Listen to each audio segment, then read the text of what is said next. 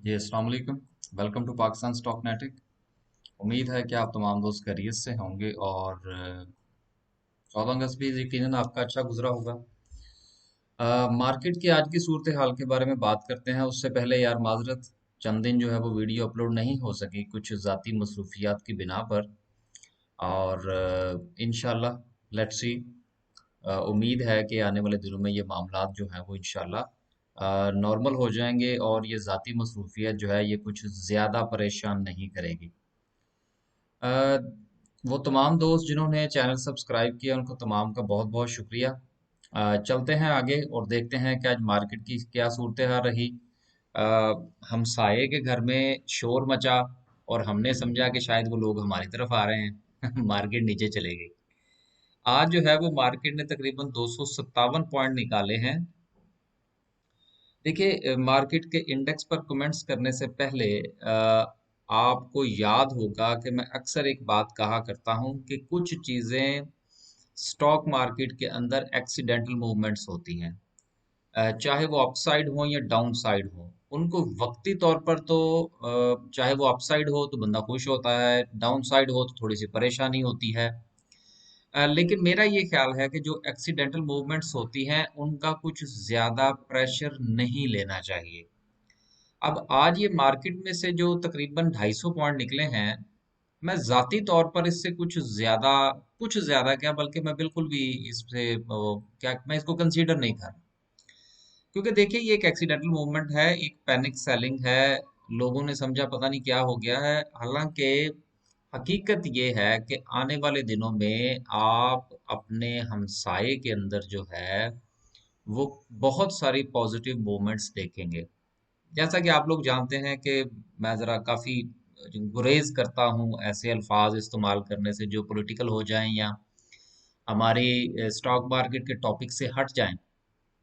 लेकिन चूंकि आज जो है डायरेक्ट पैनिक सेलिंग जो है वो सिर्फ इसी वजह से हुई, तो मेरा ये एक अपना ज़ाती तज्जिया है कि आने वाले दिनों में आपको वहाँ के हालात बहुत बेहतर नज़र आएंगे। तो चलते हैं आगे और बात करते हैं। 250 पॉइंट आज मार्केट ने निकाले। KMI 30 का भी थोड़ा सा देख लेते हैं। तो 300 350 पॉइंट इसने निकाले। ये एक सीक्वेंस चला आ रहा है KSE 100 और KMI 30 का, कि इन दोनों में तकरीबन कोई डबल हो जाती है फिगर, चाहे वो अपसाइड मूवमेंट हो या डाउन साइड हो। डाउन साइड हो तो तकरीबन 250 से 500 के करीब हो जाते हैं, और अगर अपवर्ड मूवमेंट हो तो वो भी तकरीबन इसी तरह से ही मूव करती है। क्योंकि ये KMI 30 में भी बहुत स्ट्रॉन्ग कंपनीज हैं और KSE 100 में से भी 100 में भी टॉप कंपनीज हैं। तो इनका जो इम्पैक्ट है वो पूरी मार्केट के ऊपर बहुत गहरा होता है, और यही वजह है कि इन दोनों को टच करना जरा जरूरी होता है, इसके ऊपर जरा नजर दौड़ा लेनी चाहिए। ताकि अगर आपने किसी ऐसी कंपनी के अंदर भी ट्रेड करना है जो कि इस कदर स्ट्रॉन्ग नहीं है, तो इसको स्टडी करने से आपको अपने उन शेयर्स के बारे में राय कायम अगर आपने करनी है तो आपको आसानी होगी। एक आइडिया मिल जाएगा कि मार्केट का जो इम्पैक्ट है या मार्केट की जो डायरेक्शन है वो किस तरफ को है। आगे चलते हैं और देखते हैं कि सर्किट ब्रेकर क्या कहता है। सर्किट ब्रेकर ये कहता है जी कि आज भी माशाल्लाह 9 कंपनीज जो है वो अपर कैप हैं, जिसमें से अगर आप 4-5 कंपनीज को इग्नोर भी करें तब भी तकरीबन 3 से 4 कंपनीज ऐसी हैं जो कि अच्छे वॉल्यूम के साथ अपर कैप हैं, और मेरा ख्याल है कि उनको कंसीडर करना चाहिए, गो के 17 रुपए का या 15 रुपए का शेयर ही क्यों ना हो। लोअर कैप की बात करें तो लोअर कैप में कंपनी कोई नहीं है। देखिए ये कुछ चीजें जो है ना वो सिग्निफिकेंट होती हैं। देखिए मार्केट में से निकले हैं 250 पॉइंट। अब बेसिकली होना तो ये चाहिए था कि आपको एक लंबी लिस्ट जो है वो नजर आती लोअर कैप्स के अंदर, जो कि नहीं है। लेकिन अगर आप जायजा लेंगे समरी का, तो उसमें आपको ये चीज यकीनन नजर आएगी कि बहुत सारे शेयर्स ऐसे हैं, पूरा का पूरे सेक्टर्स ऐसे हैं जिनके अंदर आपको थोड़ा सा डाउनफॉल जो है वो देखने को मिलेगा। लेकिन ये एक वक्ती डाउनफॉल है। ये जब सुबह के वक्त मार्केट खुली तो मैंने अपने दोस्तों को मैसेज किया कि जी मैं जरा देखना चाह रहा हूँ कि क्या मार्केट जो है वो 47 पर स्टे करती है या नहीं। उसके बाद जब मार्केट ने अच्छा खासा डिक्लाइन दिखाया तो मैंने मैसेज किया कि जी डोंट वरी, ज्यादा परेशान होने की जरूरत नहीं है, क्योंकि मार्केट में ऐसी मूव्स जो हैं जो कि सिर्फ महज न्यूज की बुनियाद पर आए, इनका चाहे अपवर्ड मूवमेंट हो या डाउनवर्ड हो, इनका इम्पैक्ट बहुत कम अरसे के लिए होता है। तो इसलिए ऐसे मौके पर जो है वो अपने आसाब को कंट्रोल करना चाहिए। आसाब को कंट्रोल इस तरह से करना चाहिए कि इसको हम लोग कहते हैं ट्रेडिंग साइकोलॉजी, कि जो आपकी ट्रेडिंग साइकोलॉजी है, नफसियाती तौर पर अगर आप मजबूत हैं, आसाब मजबूत है, तो फिर आप ट्रेडिंग के दौरान इस किस्म की जो मूवमेंट है उसको बर्दाश्त कर जाएंगे, और उसका फायदा आपको ये होगा कि आप पैनिक सेलिंग नहीं करेंगे, लॉस बुक नहीं करेंगे। जैसा कि दो दोस्त साहब हमारे साथ काम करते हैं, हमारी तो पॉलिसी तकरीबन यही है कि अल्हम्दुलिल्लाह मेरा ख्याल है कि अभी तक मुझे याद नहीं पड़ता, हो सकता अगर कभी ऐसा हुआ हो कि हमने किसी से कहा हो अपने क्लाइंट से कि जी वो लॉस बुक कर ले, अभी तक ऐसा नहीं हुआ, क्योंकि हम जरा चलते हैं स्लो एंड स्टेडी, ठंडे लोग हैं, जरा ठंडे तरीके से काम करते हैं। आगे चलते हैं जी और देखते हैं कि ग्राफिकल व्यू क्या कहता है। घबराने की भाई, कम से कम मेरे ख्याल में तो आज की जो मूवमेंट है उससे बिल्कुल परेशानी की कोई बात नहीं है। टेक्नोलॉजी सेक्टर जो है वो स्टिल लीड कर रहा है, और इन्वेस्टमेंट बैंक्स जो हैं वो लास्ट पर हैं। टॉप 10 सिंबल्स की बात करें तो सबसे ज्यादा वॉल्यूम जो है वो आज भी वर्ल्ड कॉल में लगा, तकरीबन 20 मिलियन प्लस। आज ठीक है, मार्केट में कुछ वॉल्यूम जो है वो हमें कोई इतना अच्छा देखने को नहीं मिला। उसकी वजह एक ये भी है कि चूंकि जो हमसाये से खबर आनी थी वो जरा जल्दी आ गई, तो लोगों ने जहां जहां पर पैसा रखा था उसको वहीं छोड़ दिया, और उन्होंने कहा चलें जी देखते हैं कि आज का दिन क्या गुजरता है, उसके बाद फिर हम डिसीजन लेंगे। लेकिन आपको पता होना चाहिए कि देखिए जिस वक्त डाउनफॉल होती है, और आपने इस चीज को एवेलुएट करना होता है कि आया कि ये जो डाउनफॉल है ये आपको कंटिन्यू होती हुई नजर आ रही है या कि ये वक्ती तौर पर है। इस चीज का हम एनालाइज, इस चीज को जो हमने इस चीज का जो तज्जिया करना है वो हम करेंगे कैंडलस्टिक पर। वहां पर हमें कुछ आइडिया होगा कि आया कि आज की जो डाउनफॉल है ये कंटिन्यू कर सकती है या कि यहाँ से इसके रिवर्सल के चांसेस हैं। तो देन आप क्या करेंगे कि आप मार्केट की सिचुएशन को मद्देनजर रखते हुए अपनी बाइंग और सेलिंग स्ट्रेटेजी बनाएंगे। तो आज जो है वो मार्केट में ठीक है, वॉल्यूम को इतना खास नहीं था, लेकिन फिर भी WTL है, टेली है, TRG है, इन सब का ताल्लुक जो है वो चूंकि टेक्नोलॉजी सेक्टर के साथ है, इसलिए भाई वो तो अभी इसको उठाए हुए हैं। हाँ, एक चीज जो और है जो कि आपको मैं अक्सर कहा कर, पिछले दिनों से मैंने देखनी शुरू की है, अक्सर तो खैर नहीं, चंद दिन ही हुए हैं अभी इसको शुरू किए हुए, सेक्टर समरी। इसको जरा थोड़ा सा देख लेते हैं कि आज सबसे ज्यादा मार जो है वो किस सेक्टर को पड़ी है। तो देखिए, मैंने उस दिन भी कहा था कि आप मिलियन और ये टर्नओवर के चक्कर में ना पड़ें, आप इसको समझे नंबर्स ही हैं, जिसमें सबसे ज्यादा नंबर निकले हैं उसको गौर कर लें, जिसमें सबसे ज्यादा नंबर ग्रीन में है, एंट्रीज हुई हैं उसके अंदर, उसको भी आप गौर कर लें।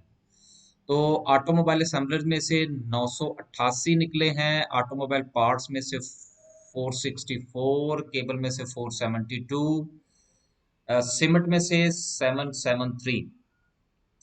तो अभी तक जो सूरत हाल नजर आ रही है इसमें पहले नंबर पर ऑटोमोबाइल है, दूसरे नंबर पर केबल है, सॉरी सीमेंट है, तीसरे नंबर पर हमें नजर आ रहा है जी फूड, एंड देन अगर हम देखें तो यस ये उससे भी बड़ा है जी, ट्रांसपोर्ट। ट्रांसपोर्ट में से 1087। तो मेरा ख्याल है सबसे पहले जरा ट्रांसपोर्ट को देखते हैं कि ट्रांसपोर्ट की क्या सूरत हाल है। देखिए अब ये थोड़ा सा समरी को डिस्कस करने का जो तरीकाकार है इसको मैंने थोड़ा सा कर दिया है चेंज, और ये चीजें वक्त के साथ साथ नई एंट्रीज होती रहती हैं, नए नए तजर्बात होते रहते हैं, तो इसी तरह से हम भी करते रहते हैं।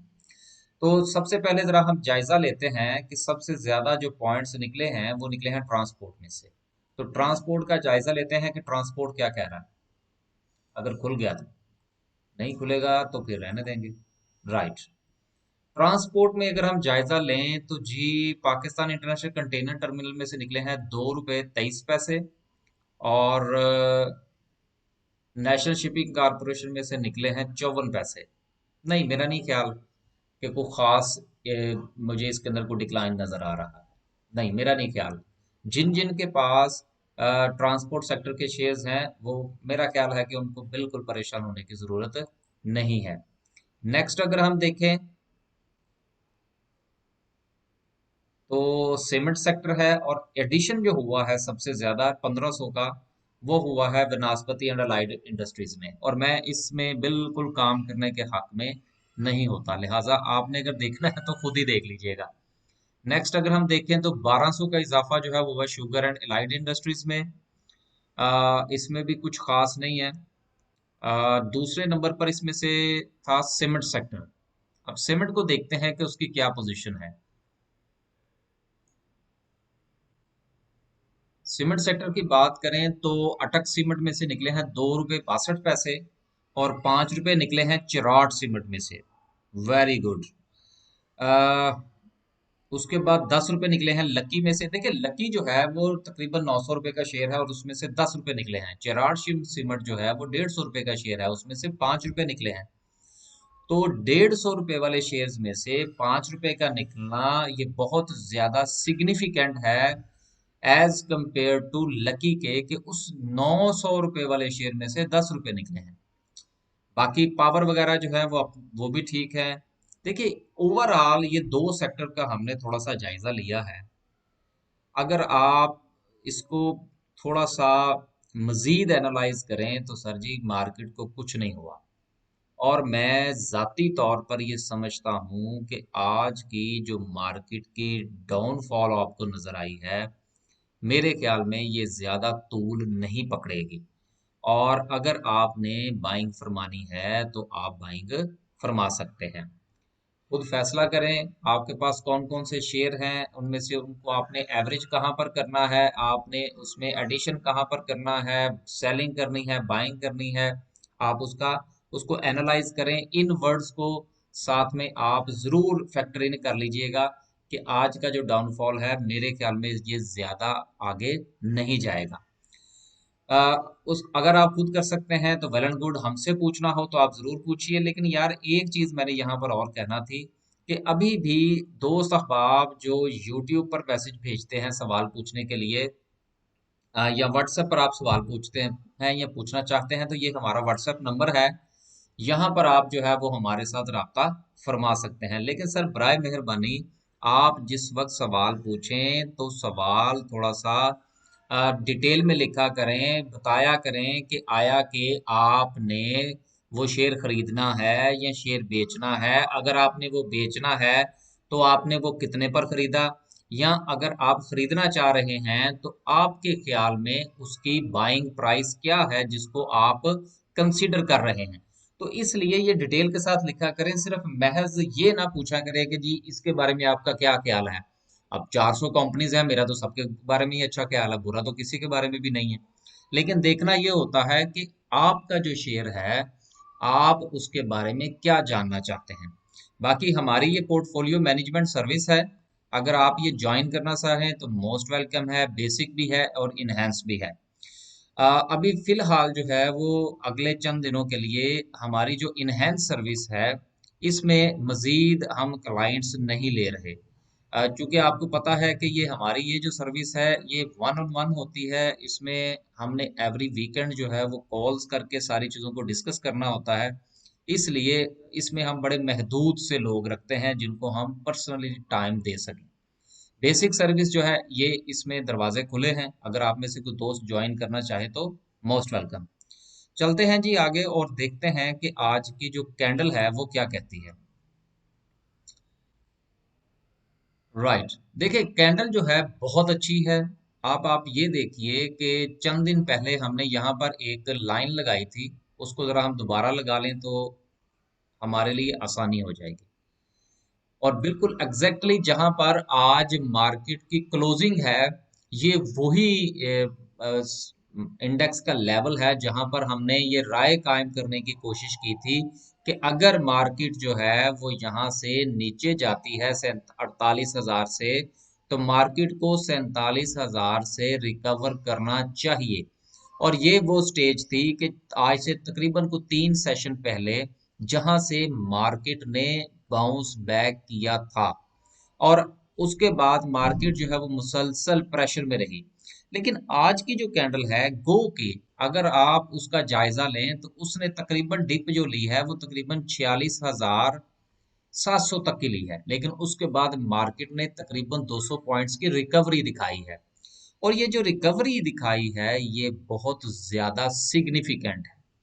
और मैं इस रिकवरी की बुनियाद पर और आज के मार्केट के डाउनफॉल को मद्देनजर रखते हुए मेरा ये जाती ख्याल है कि अगर आप बाइंग करना चाहते हैं तो मेरा ये ख्याल है कि आपको कल से बाइंग स्टार्ट करनी चाहिए।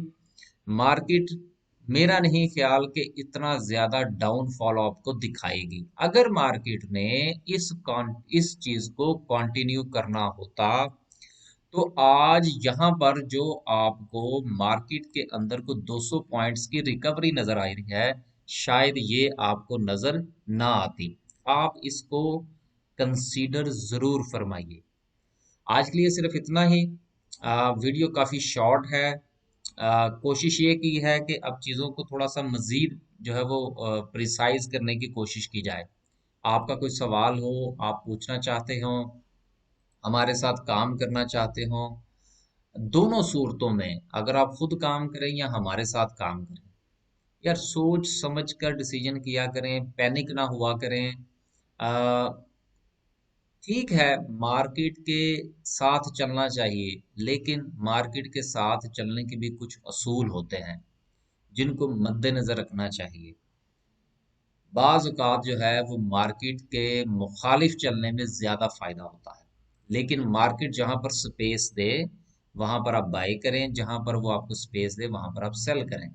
सिर्फ आप मूड को देखें मार्केट को। और एक चीज़ हमेशा याद रखिएगा कि जिस वक्त आप किसी भी शेयर को सेल करने के लिए कोई लेवल अपने जहन के अंदर डिसाइड कर लें, तो और वो शेयर जो है वो उस लेवल पर पहुंच जाए, तो आप अगर अगर आपने ये सोचा हो कि मैंने सारी क्वांटिटी सेल करनी है, लेकिन फिर बाई सेलिंग लेवल पर जाके आप ये समझें कि मुझे शायद सेल नहीं करना चाहिए, तो कम से कम 20-30% जरूर सेल करें। क्योंकि मार्केट जो है ये लम्हा ब लम्हा बदलती है। तो ये ना हो कि जिस वक्त वो वापस आए तो वो आपका सारा का सारा प्रॉफिट जो है वो उसमें से गायब हो चुका हो। तो अपने प्रॉफिट को हमेशा सिक्योर करने की कोशिश करें। कभी भी लालच में ना पड़ें कि मैं इसको डबल करके ही बेचूंगा। हमेशा जो लेवल आपके जहन के अंदर हो उसमें से कुछ ना कुछ सेल जरूर फरमाया करें। आज के लिए सिर्फ इतना ही। दुआओं में याद रखिएगा। खुश रहें, आबाद रहें, और इर्द गिर्द होने वाले हालात से आगाह जरूर रहा करें, लेकिन आगाही के साथ साथ अगर पैनिक फैलाया जा रहा हो किसी चीज का तो पैनिक का हिस्सा ना बना करें और ना बनने की कोशिश किया करें। क्योंकि पैनिक का हिस्सा बाज औक़ात जो लोग पैनिक फैला रहे होते हैं उनका मकसद ही ये होता है कि आप पैनिक हों। क्योंकि जब आप पैनिक होंगे तो आप गलत डिसीजन करेंगे। जब आप गलत डिसीजन करेंगे तो उसका फायदा यकीनन किसी ना किसी को जरूर होगा। ये ना सिर्फ कि आपके गली मोहल्ले की बातें हैं, बल्कि आपके बिजनेस में, इंटरनेशनल पॉलिटिक्स में, सब ऐसे ही चलता है। लोग आपको पैनिक करते हैं, पैनिक करने की कोशिश करते हैं या पैनिक फैलाते हैं, जिसकी बुनियाद पर इदारे, इंडिविजुअल्स और मुल्क गलत फैसले करते हैं, जिनकी बाद में फिर कीमत अदा करनी पड़ती है। अल्लाह हाफिज।